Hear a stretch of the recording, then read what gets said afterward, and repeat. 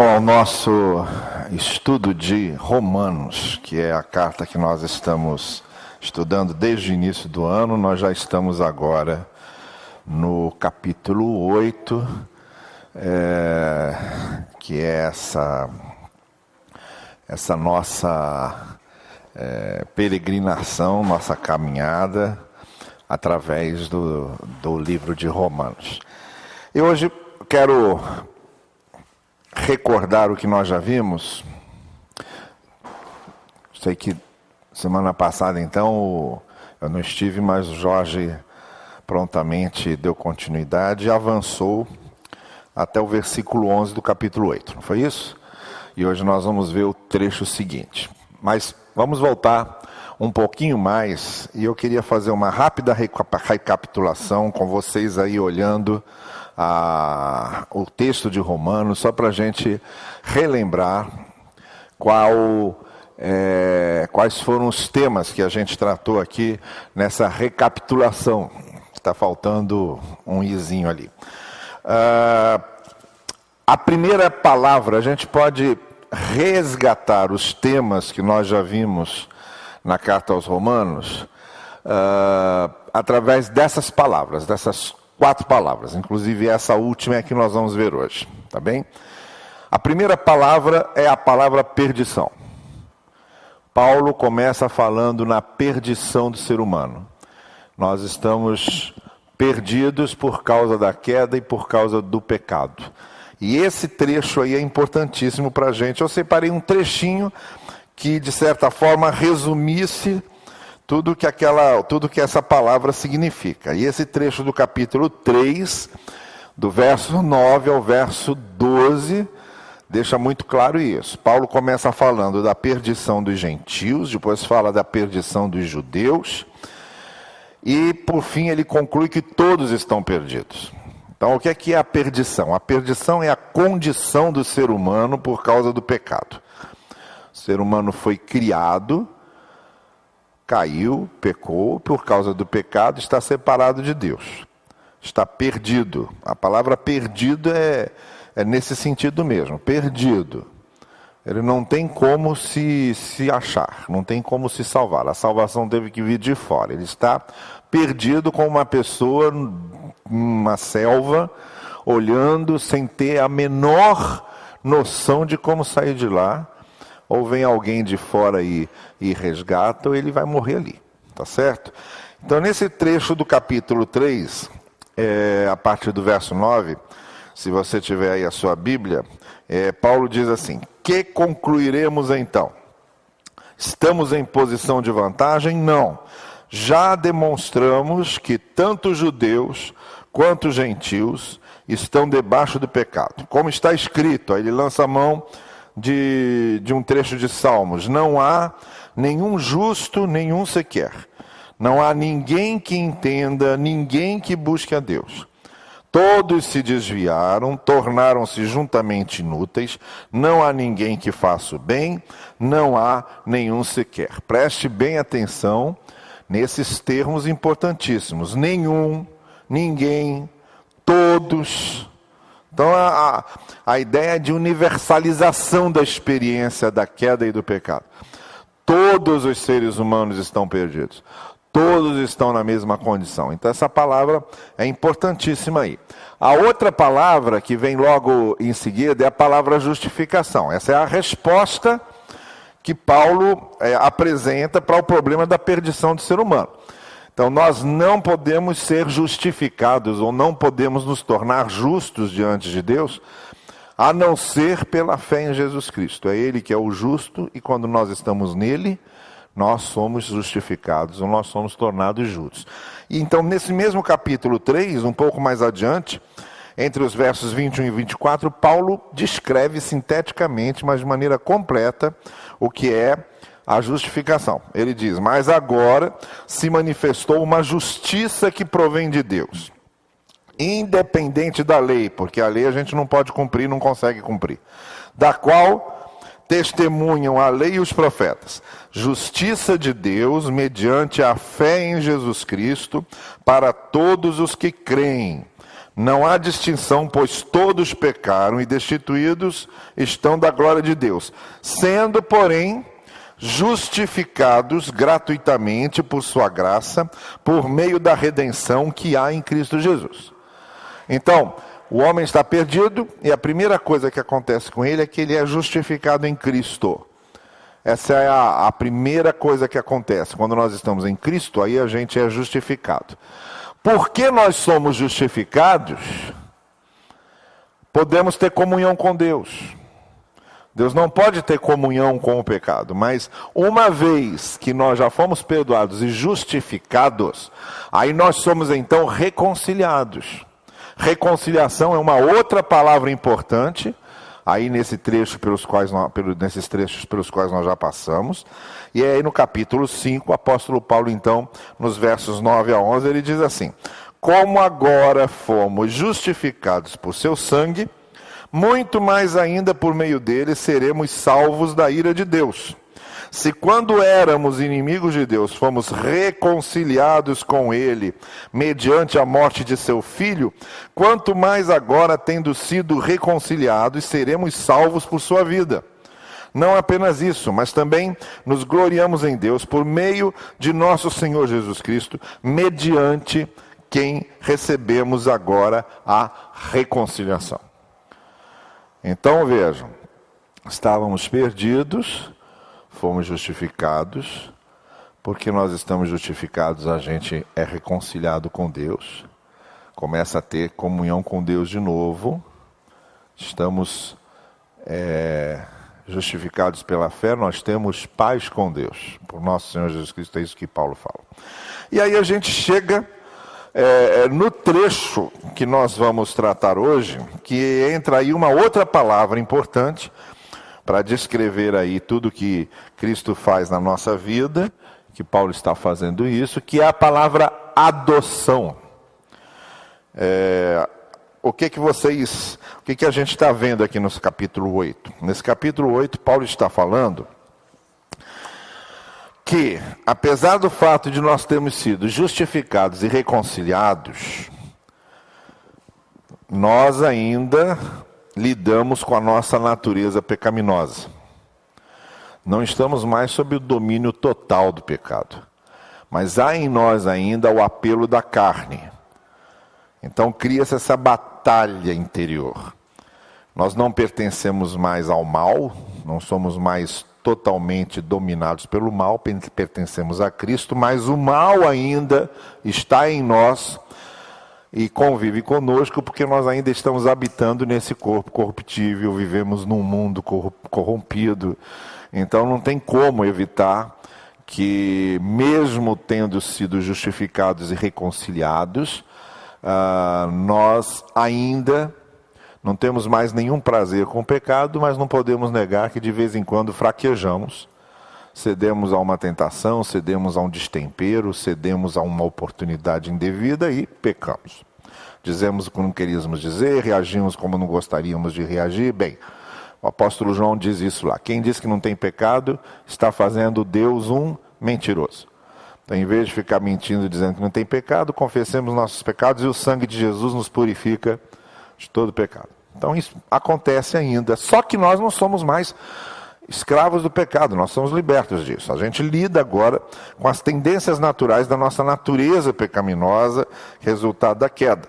Então, o que é que Paulo quer dizer aí agora nesse capítulo 8? Ele quer dizer que, entretanto, nessa batalha, nós não estamos sozinhos. Nós temos habitando em nós o Espírito Santo, que passa a habitar em nós quando nós recebemos Cristo. Nós vimos isso nos trechos anteriores, inclusive aqui quarta-feira também fez parte aqui do texto que vocês viram. Nós temos o Espírito de Deus conosco, Ele é que vai nos ajudar. A boa notícia é essa aí, é que nós não estamos sozinhos nessa luta. Cristo veio, nos justificou, nos reconciliou com Deus, não está conosco mais fisicamente, mas Ele tinha prometido para os seus discípulos que ia enviar o Paráclito, o Consolador, o Espírito Santo que habita em nós, justamente para nos ajudar nessa luta, nessa batalha. Tá bem? Então, vamos fazer a leitura desse trecho todo, só para a gente ter uma noção geral, depois eu quero fazer alguns comentários sobre ele. Então, nós não estamos sozinhos nessa batalha aí.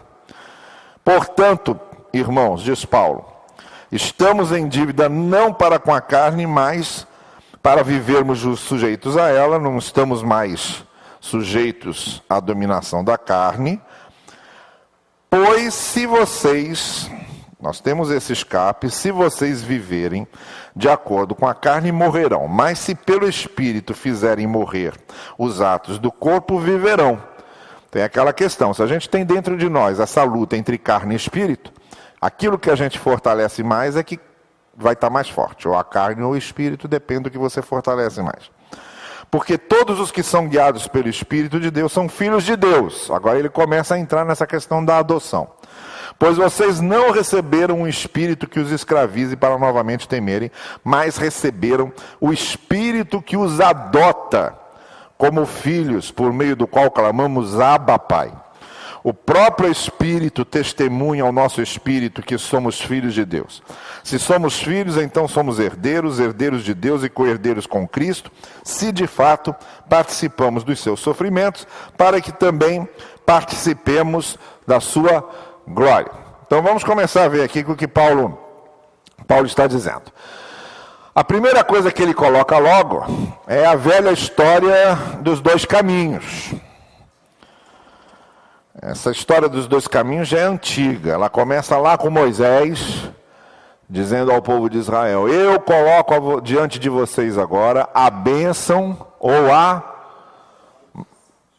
Vocês é que vão escolher o que é que vocês vão querer. Ou então, Josué também dizendo ao povo: escolham a quem vocês querem servir. Se aos deuses estranhos ou se ao Deus verdadeiro. E aí ele termina dizendo: eu e minha casa serviremos ao Senhor. No Salmo 1, temos também lá os dois caminhos. O caminho do justo e o caminho do ímpio. E o Salmo diz que é para a gente andar no caminho do justo. E aí quando você chega em Cristo, você tem também a história dos dois caminhos. Quais são os dois caminhos que Jesus Cristo apresentou? Lembra deles? O primeiro é o quê? O caminho estreito e o outro é o caminho largo. Tá bem? Então o caminho estreito é o caminho do justo, é o caminho da bênção. É o caminho de seguir o Deus verdadeiro. O caminho largo é o caminho do ímpio, da maldição, dos deuses falsos, seja o que for. Então, não há meio termo. O Evangelho deixa isso muito claro. E de novo a gente volta a essa retórica dos dois caminhos, porque Paulo agora está falando que ou a gente escolhe fortalecer a carne, ou a gente escolhe fortalecer o espírito. Paulo diz: se a gente fortalecer a carne, o resultado disso é o quê? É a morte. Se a gente fortalece o Espírito, ou deixa o Espírito de Deus dominar sobre nós, o Espírito não nos conduz à morte, o Espírito está nos conduzindo à vida. Então, de novo, agora Paulo fala, tem esse conflito, existe essa luta, só que é o seguinte: nós não somos mais filhos do diabo. Por isso é que nós temos todas as condições de agora sermos conduzidos pelo Espírito e não pela carne. No verso 14, Paulo vai dizer: todos os que são guiados pelo Espírito são filhos de Deus. Então veja, uma pessoa para ser guiada pelo Espírito, ela precisa ser filha de Deus. Um ímpio não consegue ser guiado pelo Espírito, porque ele não tem o Espírito. É a carne e o pecado que vai dominar sempre. Um ímpio não recebe o Espírito, porque ele não recebeu a Cristo. Só a pessoa que está em Cristo, que é filho de Deus, que foi transformado num filho de Deus, é que tem o Espírito para guiá-lo, para fortalecê-lo, para direcioná-lo para o caminho de Deus e para os propósitos do Senhor. É o que Paulo diz de forma muito clara, então. Bem, e aí, seguindo um pouco mais adiante, o apóstolo Paulo então vai dizer no versículo 15: vocês não são mais escravos, O escravo não tem direitos. O escravo está lá só cumprindo a sua obrigação. E ele cumpre a sua obrigação não porque ele gosta. O escravo cumpre a sua obrigação porque se ele desobedecer ao seu senhor, o que acontece com ele? Vai para o tronco, apanha, fica na corrente e toda aquela história que a gente já conhece sobre escravidão. Então Paulo diz, vocês não estão servindo a Deus por medo. Ele diz no verso 15, vocês não receberam o espírito que os escravize para novamente temerem. Nós não servimos a Deus porque temos medo da perdição. Nós já fomos livres dela. Nós servimos a Deus por gosto. Porque agora que nós somos justificados e reconciliados e temos em nós o Espírito Santo produz em nós prazer de obedecer a Deus. Nós começamos a nos sentir bem em andar no caminho do Senhor. Então tem uma troca. Antes da gente ser justificado e reconciliado e adotado como filhos, a gente tem prazer nas coisas que não agradam a Deus e desprazer com as coisas que agradam a Deus. Mas quando a gente se torna filho de Deus em Cristo e somos justificados, reconciliados, inverte, essa fonte do prazer inverte. A gente começa a ter repúdio àquelas coisas que desagradam a Deus. E começamos a ter prazer naquilo que agrada a Deus. É o que o Salmo 1 fala.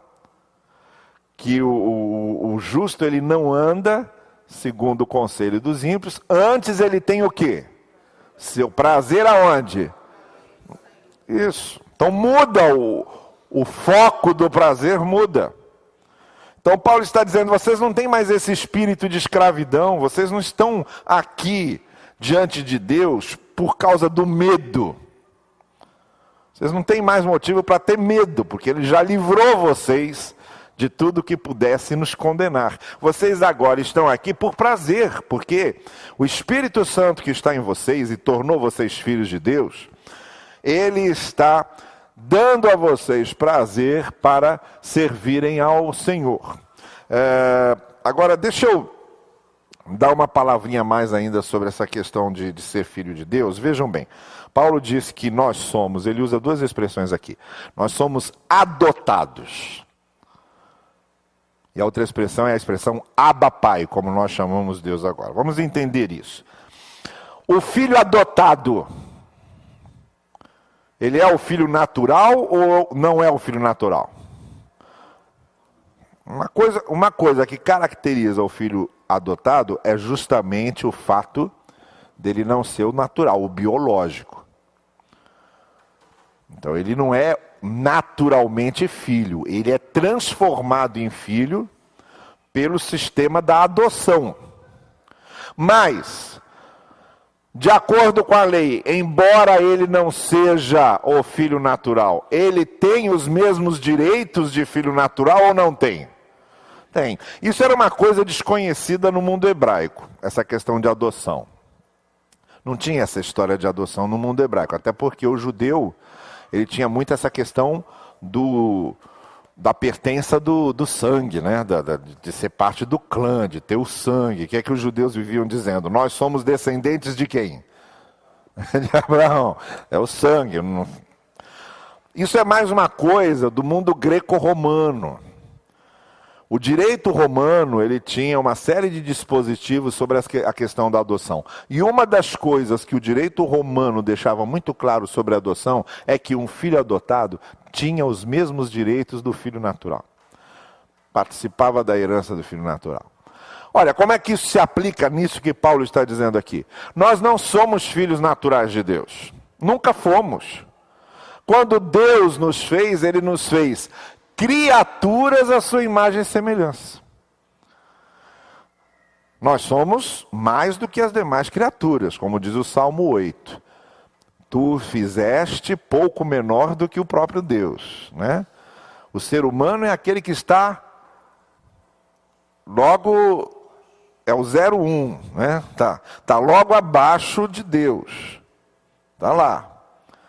Então está acima das outras criaturas, porque nenhuma outra criatura é feita à imagem de Deus. Mas era o máximo isso. Nós nunca fomos filhos de Deus. Filho de Deus é Jesus Cristo, que na Trindade ele é o Filho. É uma situação específica dele, singularíssima dele. Tanto que no Evangelho de João, ele é chamado de filho o quê? Filho unigênito, que é o versículo que a gente mais conhece, João 3,16. Unigênito quer dizer é o único da sua espécie. Não tem ninguém que seja filho como ele. Ele é unigênito. É mais do que ser único. Ele é incomparável. Você pode ter um filho único, mas ele é comparável com outras coisas.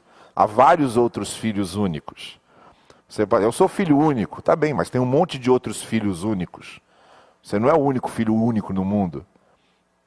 Você não é o único filho único no mundo. Agora, unigênito não é único. Unigênito quer dizer incomparável. Ele é filho de um jeito que ninguém mais pode ser. Então vejam, como a gente já viu aqui, que aquela expressão que Paulo usa, estar em Cristo, é importantíssima para a gente entender isso. Nós somos justificados porque Jesus é o justo, estamos em Cristo, então somos justos com Ele. Nós somos redimidos porque Jesus é o Redentor, estamos nele e nós temos essa redenção que Ele nos dá. Nós somos eleitos porque Jesus é o eleito, quem está em Cristo é eleito com Ele. E nós somos filhos porque estamos em Cristo e quem está em Cristo se torna filho de Deus. João capítulo 1, verso 12. E deu-lhes o poder de serem feitos, eles foram feitos, foram transformados em filhos de Deus, a todos aqueles que creem no seu nome. Então isso é importante a gente lembrar, nós não éramos filhos, em Cristo nós nos tornamos filhos de Deus, e aí porque somos filhos de Deus, Jesus nos dá o direito de chamar Deus como Ele mesmo chamava. Porque essa expressão Abba Pai é uma expressão que Jesus Cristo usa. No capítulo 14 de Marcos, quando Jesus está no Monte Getsêmani ali, no Jardim de Getsêmani, em que ele começa a suar sangue e está naquela aflição pré-cruz, ele ora pedindo que Deus afaste aquele cálice, mas ele invoca Deus ali naquele momento, ele invoca Deus dizendo Abba Pater. A gente viu isso aí, quem passou pelos estudos do Pai Nosso, nos grupos de comunhão, viu isso aí com detalhes. A palavra Abba é uma palavra aramaica, não é uma palavra hebraica. Os judeus na época de Jesus falavam o aramaico também, além do hebraico. Falavam mais o aramaico, aliás, do que o hebraico. Vocês viram aquele filme Paixão de Cristo, como é o nome? Mel Gibson, né? Todo ele falado em aramaico e latim. Quando os romanos falavam, eles falavam latim. E quando Jesus e os seus discípulos falavam, eles falavam em aramaico. O roteirista teve o trabalho todo de botar tudo no aramaico daquele tempo, né? Então a palavra Abba é uma palavra aramaica que não é exatamente uma palavra, mas é mais um balbucio. A palavra Abba é uma palavra que quando a criança estava começando a falar para chamar o pai, ela balbuciava. Sabe quando a criança está começando a dizer pá, pá, pá, pá, pá, pá, pá, pá, pá, pá, é isso aí. Não chega nem a ser o pai, é um Abba. Então Jesus chamava Deus assim, dessa maneira íntima.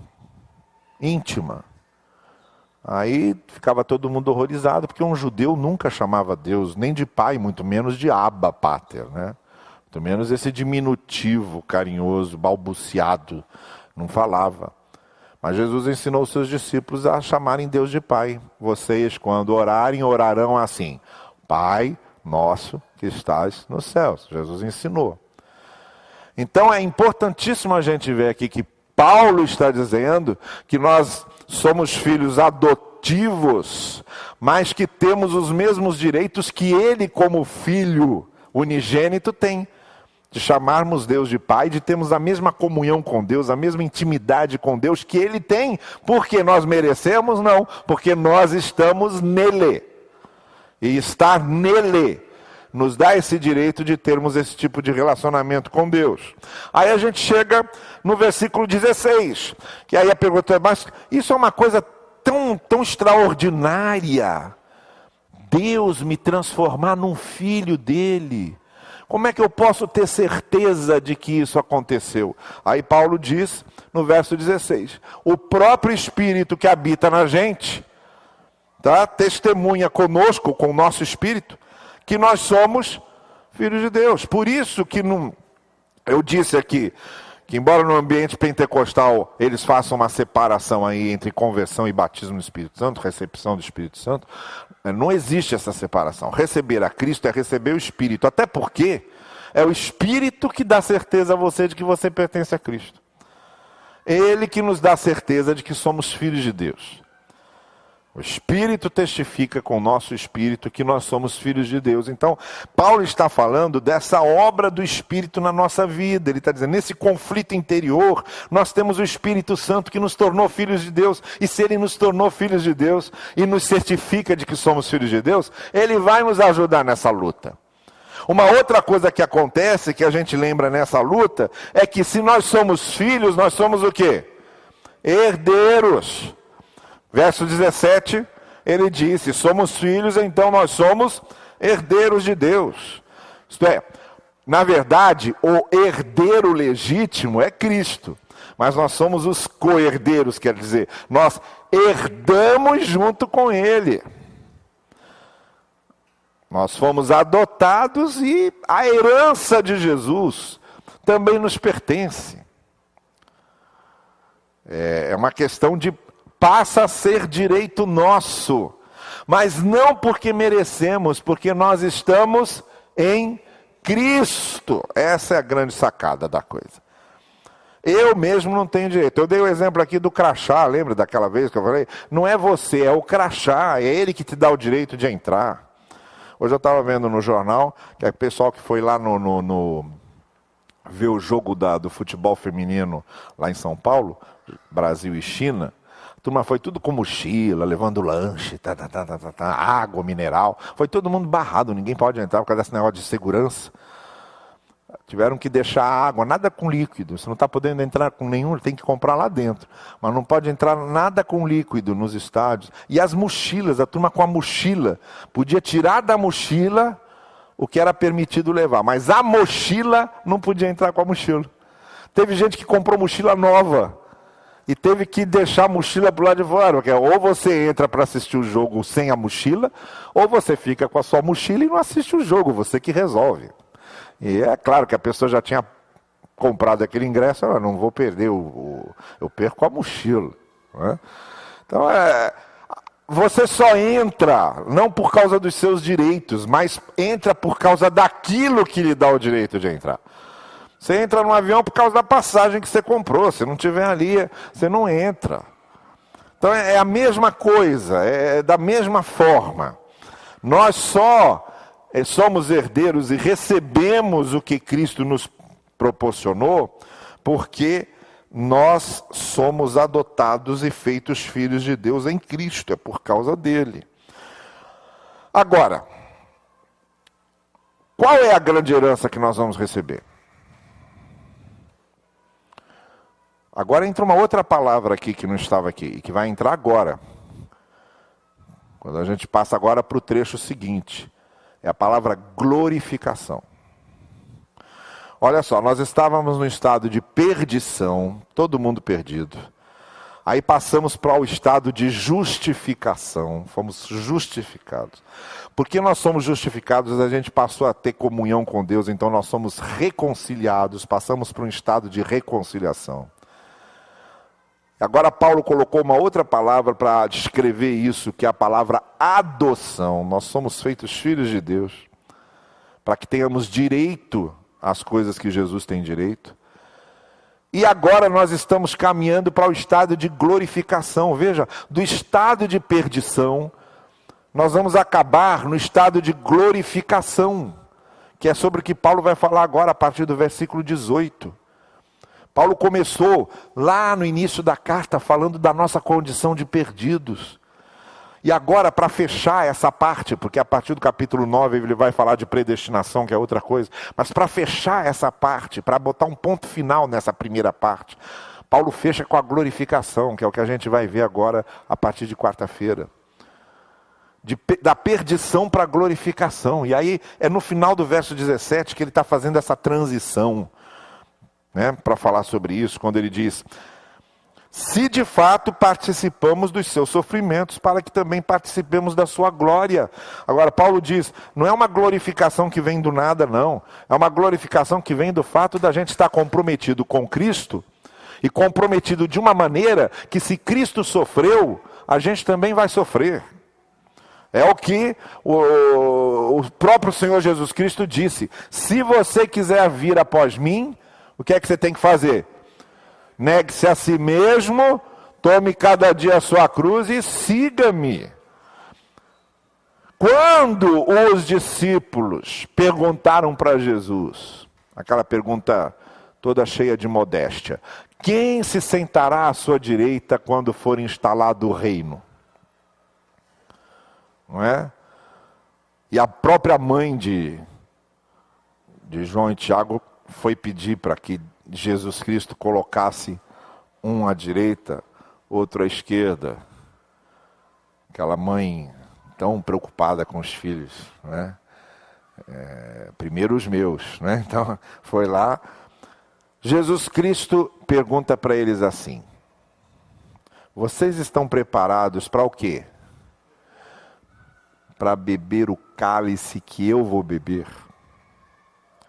Como é que vocês estão falando em glória, se vocês não têm a menor ideia ainda do que é o sofrimento que vocês vão passar? Porque assim como aconteceu comigo, vai acontecer com vocês. Primeiro é a coroa de espinhos, depois é a coroa de glória. Primeiro é carregar a cruz, depois é sentar no trono com o Senhor. O próprio apóstolo Paulo era especialista em sofrer com Cristo. Ele chega a dizer no final da carta aos Gálatas: desde agora ninguém mais me inquiete, porque trago no corpo. Podem olhar, vejam aqui, vejam o que fizeram comigo. Já fui preso, já passei fome, já desci escondido dentro de um cesto, fui traído pelos meus amigos, fiquei no deserto, naufraguei, fui assaltado. O apóstolo Paulo nunca ia conseguir ser membro da Igreja Universal. Nunca ia ser aceito lá. Qualquer bispo da Universal ia olhar para Paulo e ia dizer assim: você aqui não. Se você vier com essa história toda de sofredor aqui, isso é um marketing contrário ao que a gente... Essa história de sofredor não nos interessa, só nos interessa a história dos vitoriosos, não é? Muito menos lá. Então Paulo não ia conseguir entrar numa igreja dessa, não ia dar pé, entendeu? Mas ele tinha isso, então é por isso que ele está falando. Ele não está falando de teoria, não. Ele está dizendo: olha, esse negócio de carregar a cruz de Cristo é sério, porque para ser fiel a Jesus, você tem que estar disposto a sofrer perseguição, ridicularização, zombaria. Quando não, dor de verdade, abandono de verdade. É que aqui na nossa cultura a gente não vê muito isso, mas gente, em muitos países onde o cristianismo é proibido, as pessoas estão sendo deserdadas, elas estão sendo expulsas das suas famílias, elas estão tendo que viver escondidas. Vocês veem por esses missionários que vêm falar aqui na igreja que eles não podem mostrar o rosto, não podem dizer o nome, a gente tem que interromper a transmissão pela internet, porque eles estão lá escondidos. Escondidos no sentido de não estão lá declaradamente para pregar o evangelho. A coisa está subliminar. Agora, na nossa cultura, talvez a perseguição venha do fato de você se negar a fazer certas coisas que você sabe que a palavra não permite. Aí as pessoas vão fazer pressão. Você pode até perder amigos quando você se nega a fazer algo que a palavra não permite. pode perder admiradores.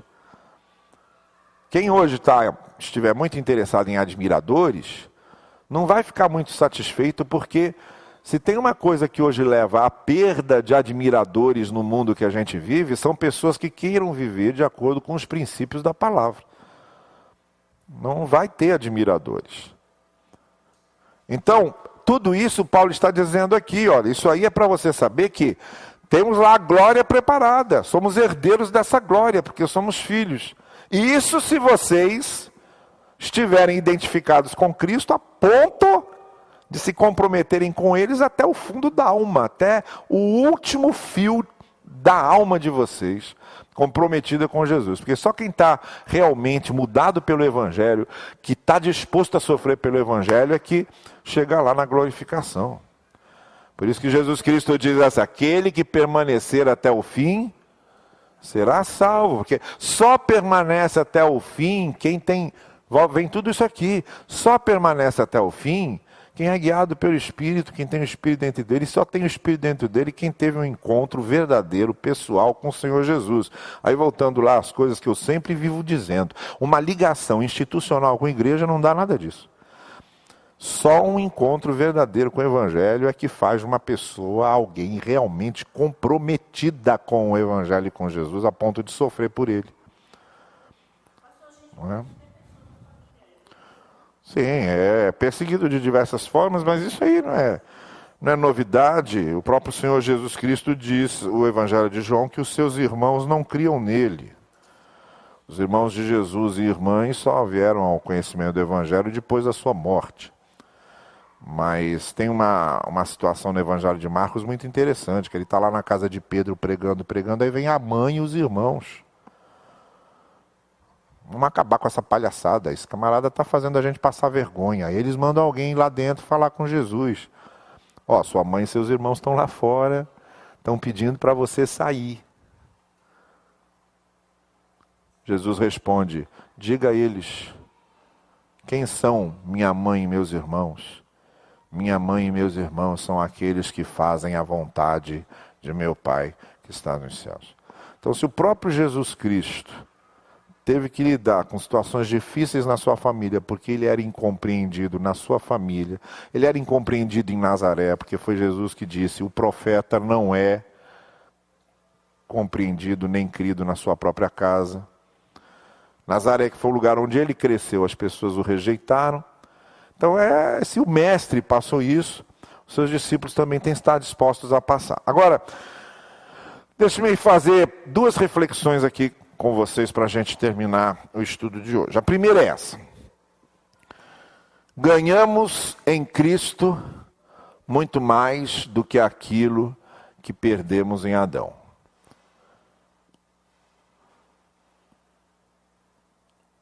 A gente em Adão era só criatura à imagem de Deus. Enquanto nós estávamos em Adão, além do fato de estarmos caídos, nós éramos apenas criaturas criadas à imagem, criaturas feitas à imagem de Deus, só isso. Maior do que todas as criaturas, etc., mas só isso. Agora, quando a gente passa a estar em Cristo, nós somos mais do que criaturas, somos filhos, como eu já falei. Então, a graça de Deus é algo tão portentoso que quando Deus intervém nessa história, Deus intervém e diz, eu não vou consertar isso, só consertar. Eu vou ainda compensar isso. Eu não vou fazer uma reparação. A obra da graça na nossa vida não é uma reparação, é uma recriação. Entende? Deus não faz reparos. Ele não conserta aqui, agora ele cria de novo. Na primeira vez que ele nos criou, nós caímos e pecamos. Ele agora nos recria em Cristo e agora nos recria de maneira que somos seus filhos. Porque aqueles que estão em Cristo são novas, estão feitos de novo. Feitos outra vez. É a história do vaso na mão do oleiro de Jeremias 18. Quebrou, quebrou. Ele faz outro. Ele não pega o vaso que quebrou e vai colando. Ele faz outro. O que a graça está fazendo conosco é uma outra coisa, diferente totalmente daquilo que éramos. Com um outro futuro, com um outro horizonte. O que vai acontecer conosco nessa glorificação que teremos, nessa herança que vamos receber, nós nunca teríamos só naquela condição de criados à imagem de Deus. O máximo que nós íamos ter era aquilo que Adão estava tendo. Comunhão com Deus, sintonização com o Senhor, diálogo com Ele, todos os dias Deus indo ao jardim, conversando com Ele, era aquilo ali. Em Cristo, a gente recebe muito mais do que isso. Bom, então a graça de Deus é algo tão poderoso que Deus não se limita a reparar o que o pecado estragou. Ele cria de novo, Ele faz de novo. Vamos fazer outra coisa. A ponto de que esse corpo aqui acaba e nós vamos receber um outro incorruptível, eterno. Sabe? A nossa visão de morte tem que ser outra. Outra. Às vezes eu ouço dizer, a morte é uma coisa inconsolável. Ela não é uma coisa inconsolável. A morte não é uma coisa inconsolável. Pelo contrário, a morte tem o maior consolo nesse mundo que alguém pode ter. Que é o fato de que dali brota uma coisa completamente nova, sem limites, sem as corrupções originais que nós temos. Então a morte, ela não é aquela coisa, aquele fim de mundo. Ela não é aquele fim de mundo. A gente se entristece pela perda, a gente fica triste, a gente tem que lidar com a saudade. Ninguém ri na hora da morte porque é realmente triste, nós não fomos feitos para morrer. Nós nos tornamos mortais por causa do pecado. Mas ela não é algo inconsolável, porque ela não é algo irremediável. Ela não é. A nossa visão de morte tem que mudar. E a nossa reação com referência a isso, apesar da tristeza, da dor e da saudade, a reação em referência a isso tem que ser uma coisa muito mais forte e muito mais superadora do que qualquer outro sentimento de tristeza que nós tenhamos. Então, o apóstolo Paulo deixa isso muito claro, que a gente perdeu em Adão foi uma coisa, agora em Cristo a gente ganhou muito mais do que a gente perdeu em Adão. Essa é a verdade. Bom, e a segunda reflexão para a gente encerrar é que é bom saber que a gente é filho de Deus, né? Todo mundo gosta de saber, sou filho de Deus. Mas existe uma implicação ética nisso, que o apóstolo Paulo fala. Os que são filhos de Deus são guiados pelo Espírito. Então, quem é filho de Deus passa a andar de acordo com a vontade do Pai. Tem uma dimensão ética, tem que mudar a vida. O que eu percebo muitas vezes, muito especialmente nesse nosso mundinho evangélico, é que as pessoas querem ser chamadas de filhos de Deus e querem continuar tendo a vida de filho de diabo. Não tem esse compromisso ético. Vocês já viram aquele nem sei se aqui alguém tem no carro, mas se tiver, azar. Aquele adesivo que tem no carro, não sou dono do mundo, mas sou filho do dono. É até legal isso, é bonito, né? O cara se sente o tal. Sou filho do dono.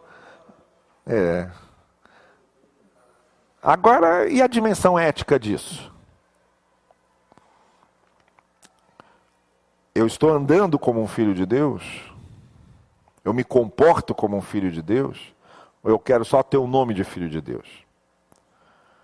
Então, se eu fui tornado filho de Deus, a minha vida muda. Não é aquela história do Alexandre Magno, passando em revista a tropa, um pouco antes de uma batalha que eles iam entrar ali. Aí ele vê um soldado todo desarranjado, desarrumado. Aí ele pergunta, como é seu nome, rapaz? Aí o rapaz falou, meu nome é Alexandre. Aí ele achou que, por ter o mesmo nome do do general Alexandre, a coisa ia ser boa para ele. O Alexandre virou para ele e falou: então, ou você muda de vida, ou você muda de nome. E é a mesma coisa. Se nós somos filhos de Deus, ou a gente muda de vida, ou muda de nome. Não adianta termos só o nome de filhos de Deus. Temos que andar como filhos de Deus, e não como filhos do diabo. Então, o apóstolo Paulo lá dá uma lista das coisas que não cabem dentro da vida de um filho de Deus. A malícia, a ira, a promiscuidade, a violência. Isso não cabe dentro do caráter do filho de Deus, porque não é o caráter de Deus. Não é o caráter de Deus. Quando o Jesus Cristo diz que é para você não se vingar, mas perdoar, ele completa, diz: sejam perfeitos como é perfeito vosso Pai que está nos céus. Quer dizer, amem como Deus. Se vocês são filhos de Deus, amem como Deus, perdoem como Deus, sejam misericordiosos como Deus, façam como Deus faz.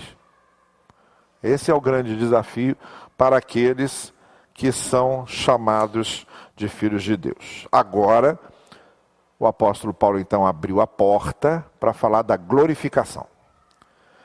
E na próxima quarta-feira a gente começa no verso 18, em que vem a parte mais bonita desse negócio tudo aí, que é Paulo descrevendo como será a nossa glorificação, para terminar dizendo: por isso nós somos mais do que vencedores por aquele. Por isso nem a morte, nem a profundidade, nem nada nos afastará do amor de Deus que está em Cristo Jesus. Então ele vai terminar agora com chave de ouro, falando da questão da nossa glorificação. Olhem só, começamos com a perdição e estamos terminando essa primeira parte de Romanos com a glorificação.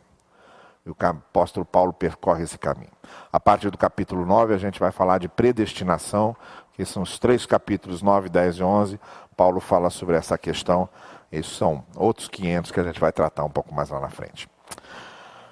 Vamos encerrar orando, vamos ficar em pé e vamos agradecer a Deus por essas coisas. Nós que estamos com a nossa vida firmadas no fato de que nós somos filhos de Deus em Jesus Cristo. Vamos orar, vou pedir a Jussara que nos conduza a Deus nessa oração.